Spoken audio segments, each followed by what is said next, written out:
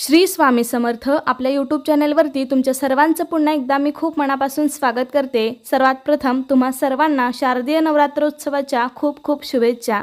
यंदा शारदीय नवरात्रीची सुरुवात 15 ऑक्टोबर 2023 रोजी होणार आहे। आजच्या व्हिडिओमध्ये आपण नवरात्रीच्या 9 दिवसात देवीला दाखवले जाणारे 9 नैवेद्य, 9 दिवसाच्या 9 माळा, देवीची 9 रूपे, 9 दिवसाचे 9 मंत्र आणि शुभरंग अशी संपूर्ण माहिती तुम्हाला या व्हिडिओमध्ये मिळेल। तर व्हिडिओ शेवटपर्यंत पहा। चॅनलवरती नवीन असाल तर अन्वीज मराठी कॉर्नर या चॅनलला सबस्क्राइब करायला विसरू नका। लगेच आपण व्हिडिओला सुरुवात करूया। आपल्या भारतीय संस्कृतीमध्ये देवाची पूजा नैवेद्याशिवाय पूर्ण होऊ शकत नाही।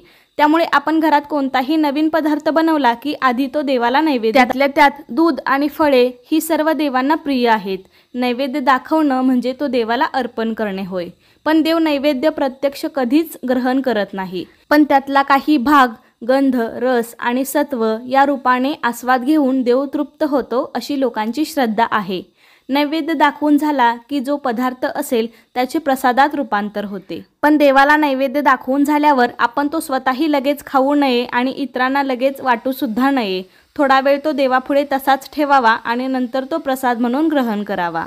नवरात्री उत्सवात 9 रंगाच्या साड्यांची देखील प्रथा आहे। त्याचप्रमाणे या 9 दिवसात देवीला दररोज 9 वेगवेगळ्या प्रकारांचा नैवेद्य दाखवण्याची सुद्धा परंपरा आहे। विशेष प्रकारचे नैवेद्य देवीला अर्पण केल्यावर देवीचे शुभाशीर्वाद मिळतात असे म्हटले जाते।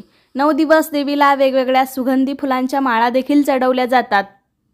देवी पुराणानुसार नवरात्रीमध्ये पहिल्या दिवसापासून शेवटच्या दिवसांपर्यंत 9ही दिवस देवीला विशेष पदार्थांचा नैवेद्य दाखवावा आणि नंतर हा प्रसाद म्हणून आपण ग्रहण करावे। तर या नवरात्रीमध्ये देवीच्या नैवेद्यासाठी नेहमीसारखेच सात्विक पदार्थांचे जेवण बनवावे, यामुळे इच्छापूर्ती होते असं म्हणतात।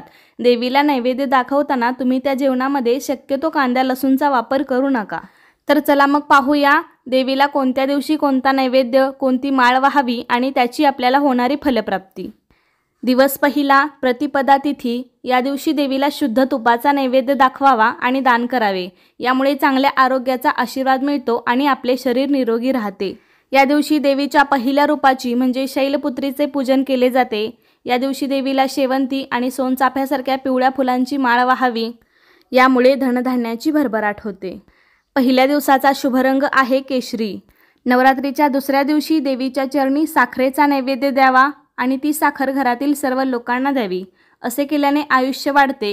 या दिवशी देवीच्या दुसऱ्या रूपाची म्हणजे ब्रह्मचारिणीची पूजा केली जाते। या दिवशी देवीला अनंत, मोगरा, चमेली, तगर यासारख्या पांढऱ्या फुलांची माळ वाहावी। या दिवशी देवीची मनोभावे पूजा केल्याने तप, त्याग, वैराग्य, सदाचार आणि संयमाची भावना जागृत होते। नवरात्रीच्या तिसऱ्या दिवशी देवीला दूध व दुधापासून बनवलेल्या पदार्थांचा नैवेद्य अर्पण करावा। जसे की दुधापासून बनवलेली खीर असेल। असे केल्याने सर्व प्रकारच्या दुःखापासून मुक्ती मिळते, आनंदाची प्राप्ती होते। या दिवशी देवीच्या चंद्रघंटा रूपाची पूजा केली जाते। या दिवशी देवीला निळ्या फुलांची माळ वाहावी, जसे की गोकर्ण किंवा कृष्ण कमळाच्या फुलांच्या माळा चालू शकतात। नसेल तर तुम्ही जास्वंद, कण्हेर किंवा गुलाबाच्या फुलांची माळ सुद्धा वाहू शकता। या दिवशी देवीची मनोभावे पूजा केल्याने सर्व पापांपासून मुक्ती मिळते, वीरगुणांची वृद्धी होते, आवाजात माधुरी येते। नवरात्रीच्या चौथ्या दिवशी देवीला मालपुआचा नैवेद्य दाखवावा, त्यामुळे बुद्धी कौशल्य विकसित होऊन निर्णय घेण्याची क्षमता वाढते। या दिवशी कुष्मांडा देवीचे पूजन केले जाते। देवीला केशरी किंवा भगवी फुले, त्यासोबतच अबोली किंवा तेरडा याची माळ वाहतात। देवीची या दिवशी मनोभावे पूजा केल्याने सिद्धिनिधी प्राप्त होते आणि सर्व रोग दूर होऊन आयुष्य आणि यशात वृद्धी होते। नवरात्रीच्या 5व्या दिवशी देवीला केळीचा नैवेद्य दाखवावा, यामुळे कुटुंबात सुखशांती येते। या दिवशी देवीच्या स्कंदमातेचे पूजन केले जाते। या दिवशी देवीला बेलाची माळ वाहतात। या दिवशी देवीची मनोभावे पूजा केल्याने देवी आपल्या भक्तांच्या सर्व इच्छा पूर्ण करते। नवरात्रीच्या 6व्या दिवशी देवीला मधाचा नैवेद्य दाखवावा, ज्यामुळे आपल्या आकर्षण शक्तीत वाढ होईल। या दिवशी देवीच्या कात्यायनी रूपाचे पूजन केले जाते। या दिवशी देवीला कर्दळीच्या फुलांची माळ वाहतात। या दिवशी देवीची मनोभावे पूजा केल्याने अद्भुत शक्तीचा संचार होतो। देवी साधकाला दुश्मनाचे संहार करण्यास सक्षम करते। नवरात्रीचा 7वा दिवस सप्तमी तिथी, या दिवशी देवीला गुळाच्या पदार्थांचा नैवेद्य दाखवावा किंवा गुळाचा नैवेद्य दाखवला तरीही चालेल। यामुळे गरिबी दूर होते आणि अचानक आलेल्या संकटापासून संरक्षण होते। या दिवशी देवीच्या कालरात्री रूपाचे पूजन केले जाते। या दिवशी देवीला झेंडू किंवा नारंगीच्या फुलाची माळ वाहतात। या दिवशी देवीची मनोभावे पूजा केल्याने सर्व पापांपासून मुक्ती मिळते अशी मान्यता आहे आणि शत्रूंचा नाश होतो। नवरात्रीचा 8वा दिवस, या दिवशी देवीला नारळाचा नैवेद्य दाखवून नारळ दान करावे। यामुळे मुलांशी निगडीत अडचणी दूर होतात आणि त्यांची अभ्यासात प्रगती होते, त्यांना सुखसमृद्धी निरोगी आरोग्य लाभते।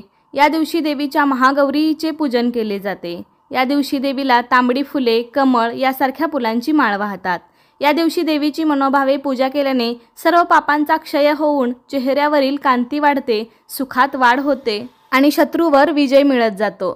नवरात्रीचा 9वा दिवस, नवमी तिथी, या दिवशी देवीला तिळाचा नैवेद्य दाखवावा आणि मग ते ब्राह्मणाला दान द्यावे। यामुळे जीवनातील सर्व सुख प्राप्त होते। या दिवशी देवीच्या सिद्धिदात्री रूपाची पूजा केली जाते। या दिवशी देवीला तुळशीची माळ वाहतात किंवा कुंकुमार्चन देखील करतात। या दिवशी देवीची मनोभावे पूजा केल्याने मृत्यूच्या भीतीपासून मुक्ती मिळते, अघटित घटनांपासून संरक्षण होते, भावना सिद्धी होते। अशा प्रकारे या 9 दिवसांमध्ये देवीला 9 दिवस वेगवेगळ्या पदार्थांचा नैवेद्य दाखवावा, तसेच वेगवेगळ्या फुलांची माळ वाहावी। यामुळे आपल्याला योग्य ती फलप्राप्ती होते आणि त्यानंतर 10व्या दिवशी म्हणजे विजयादशमीला दसरा हा सण साजरा केला जातो। या दिवशी सरस्वतीचे पूजन केले जाते आणि या दिवशी घट सुद्धा हलवले जातात। तर अशा प्रकारे नवरात्रीच्या 9 दिवसांमध्ये देवीच्या 9 रूपांची पूजा केली जाते। तुम्ही सुद्धा अशा प्रकारे देवीला 9 दिवस वेगवेगळे नैवेद्य आणि माळ वाहिली तर तुम्हाला सुद्धा योग्य ती फलप्राप्ती मिळेल। तर आजचा व्हिडिओ इथेच संपतोय। कसा वाटला तुम्हाला मला नक्की सांगा। आवडला असेल तर लाईक, शेअर, सबस्क्राईब करायला विसरू नका। धन्यवाद।